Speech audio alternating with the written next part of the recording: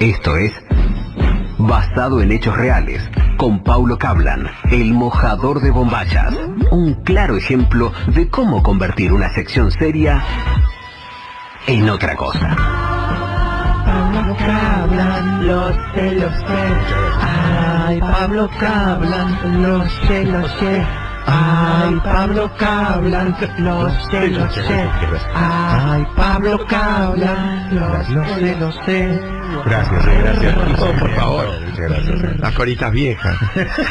¿Cómo es? Muchas gracias, gracias por la bienvenida. Les quiero contar una historia vieja hoy, una historia. Ay, qué lindo. Vieja. Y habla de algunos personajes, obviamente lo mío es el mundo del AMPA, ¿no? Que el paso del tiempo, pese a haber sido muy famosos, la gente se fue olvidando. Y terminó siendo tan anónimo que ni siquiera tumba tuvo. Y lo enterraron con un nombre equivocado. Esto ocurrió en el cementerio mayor de Milano, en Italia.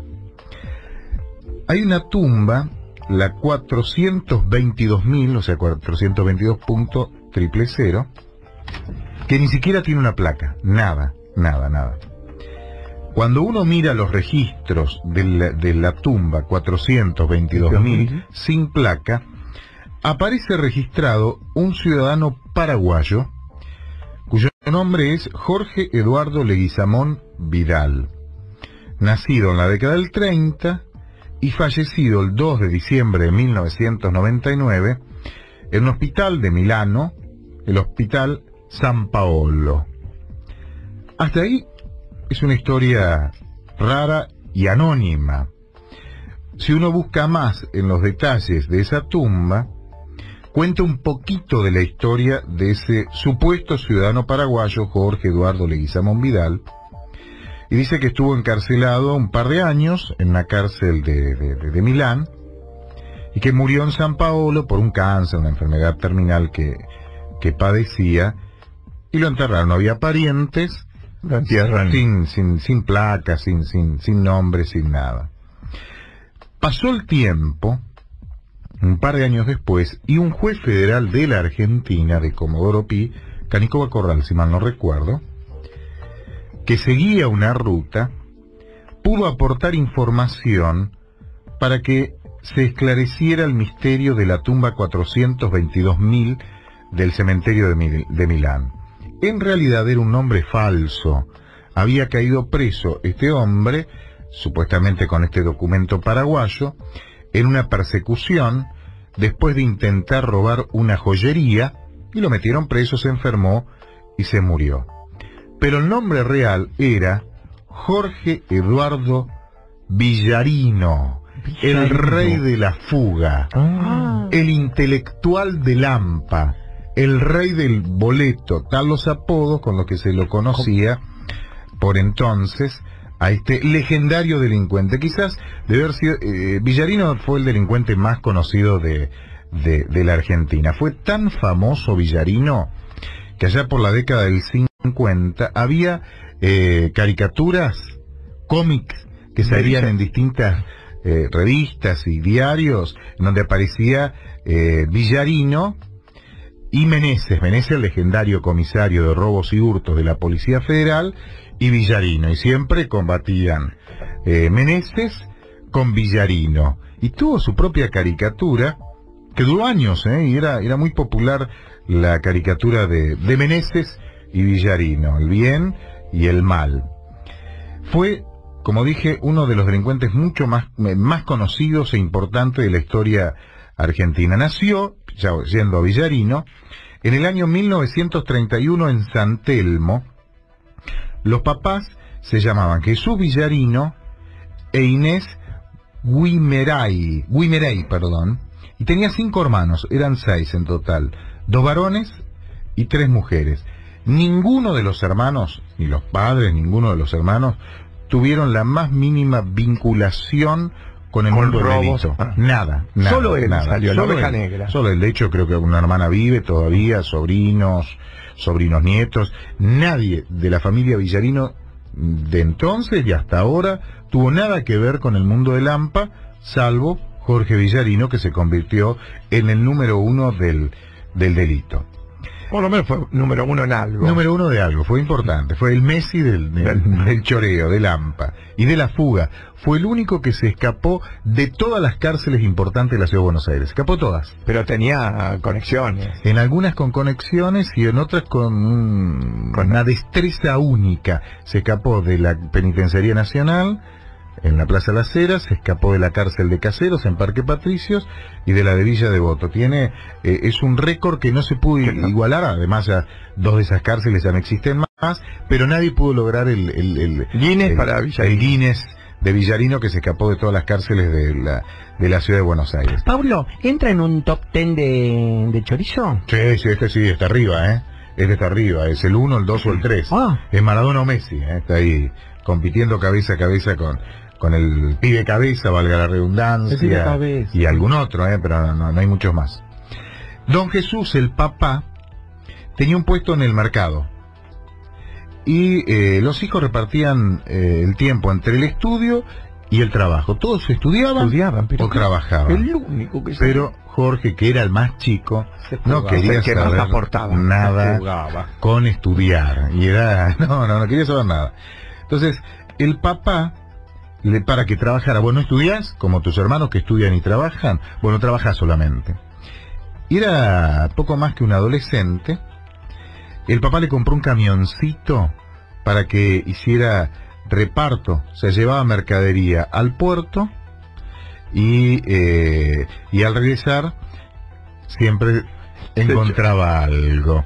Él empezó como contrabandista, whisky y cigarrillos. En esa época, claro. El papá le dio el camioncito para que llevara el reparto al puerto y ahí vio el pilón, vio el malandraje y empezó. Se juntó con gente. Él era bueno vivir. Él era buen pibe. Claro, ingresaba whisky y cigarrillos. Después otras familias hicieron lo mismo y entraban miles de autos.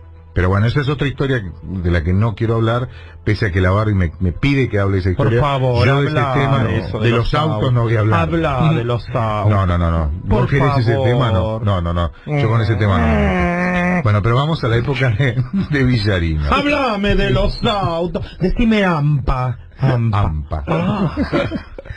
Me calienta que digas AMPA. AMPA. Pero a partir de ahí, a partir de ese momento, además del contrabando, empezó a robar. En muy poco tiempo cometió 14 asaltos, una seguidilla de asaltos cuál de todo más espectacular. Entonces salió en la tapa de los diarios, empezó a sonar el nombre. Con su nombre verdadero. Empezaron, cayó el rey del AMPA, Jorge Villarino, y empezó a salir en los diarios. En la década del 50 ya le decían el intelectual del AMPA o el rey del boleto, era el número 1. Pero caía rápido, porque del otro lado estaba el comisario Meneses, que lo agarraba y lo soltaba. Y lo metían en cana. Lo metían en cana y se escapaba. Se escapaba. En 1958 cayó preso y lo mandaron a Villa Devoto. Ahí se escapó y empezó a tejer el mito del rey de la fuga. No había cárcel, que hay incluso algunas décimas, algunas poesías cantadas del rey de la fuga, que no hay cárcel que lo aguante, ¿no? Que se escapaba de todo. Según las crónicas de entonces, saltó en Devoto a los techos del penal, después se descolgó de los muros con sogas que hizo con trozos de sábana. Una extravaganza. Duró poco, lo enganchó Meneses, lo mandó a la otra cárcel, a Caseros, pero no aguantaba estar encerrado Villarino. En Caseros, aparentemente, puso un billete. Ya tenía plata. Ya tenía billete. Lo mismo cuando fue a la Penitenciaría Nacional, ahí en la calle Las Heras, en Palermo, se escapó. Fue la última fuga. Él se fue a Brasil y en Brasil lo atraparon y ahí lo trajeron de vuelta a la Argentina y ya le dieron 20 años de cárcel y aparentemente no salía más. Pero estando en la cárcel, cumpliendo aquella pena de 20 años, la cuarta entrada a la cárcel, de la que no se escapó, conoció a un tal François Giappé, un francés, François Giappé. Era un mafioso italiano, francés, europeo. Manfloro. Un francés Manfloro. Pero no le diga. Hay que ir a la cárcel, llamarse François. Este no tenía, le hacía cualquier cosa para salir, dijo. Cualquier cosa. Se casó con Manfloro. Pero Manfloro, o el mafioso francés, quedó en la historia penal argentina por una particularidad. Fue el primer gran narcotraficante que pisó estas tierras e ingresó allá por finales de los 60 y principios de los 70 el negocio del narcotráfico internacional de la Argentina. No existía. El primero fue François Giappé. La pionera. Se hizo amigo de Villarino. En noviembre del 76, en plena dictadura, Villarino tuvo un beneficio. ¿Qué pasó? Lo sacaron. Lo liberaron. Fue la única vez que no se escapó. Los militares le abrieron la puerta a Villarino y Villarino se fue, se marchó a Europa y empezó a trabajar para la mafia de Giappé. Era el matón de la mafia. En España, en 1986, volvió a delinquir, volvió a caer. Fue condenado a 26 años de cárcel por asesinar a un policía en un asalto, un famosísimo asalto que ocurrió en una joyería de Valencia. ¿Hay foto del chabón? Sí, claro, hay varias fotos, hay bastantes fotos. Y dio muchas entrevistas, usaba esos gorritos chiquitos que usan ahora, que está medio de moda, que usan algunos cantantes medio de... tipo el gorrito, no sé cómo se llama. Bombín. El bombín es, ¿no? Sí. El gorrito bombín que está de moda, muchos cantantes lo usan, que lo usaban en la década del 20, al 30. Bueno, esos bombines, ese tipo de gorritos, usaba este tipo, y hay varias notas que dio, varias entrevistas. En su momento era muy famoso con ese gorrito. Pero lo mejor, en lo suyo era el mejor. Era el mejor. Cayó preso, pero en 1997 fue escarcelado en Valencia, y ahí ya era un hombre grande, aparentemente no iba a delinquir más, pero pasó algo. ¿Qué? Volvió a la Argentina. Y el juez Canicoba Corral, que sigue siendo hoy juez, estamos hablando de 1997, estaba siguiendo a una organización delictiva que traficaba cocaína desde Argentina a Europa. Y en las escuchas, escuchando a la banda, quedó registrada la voz de Villarino. Era integrante de la banda.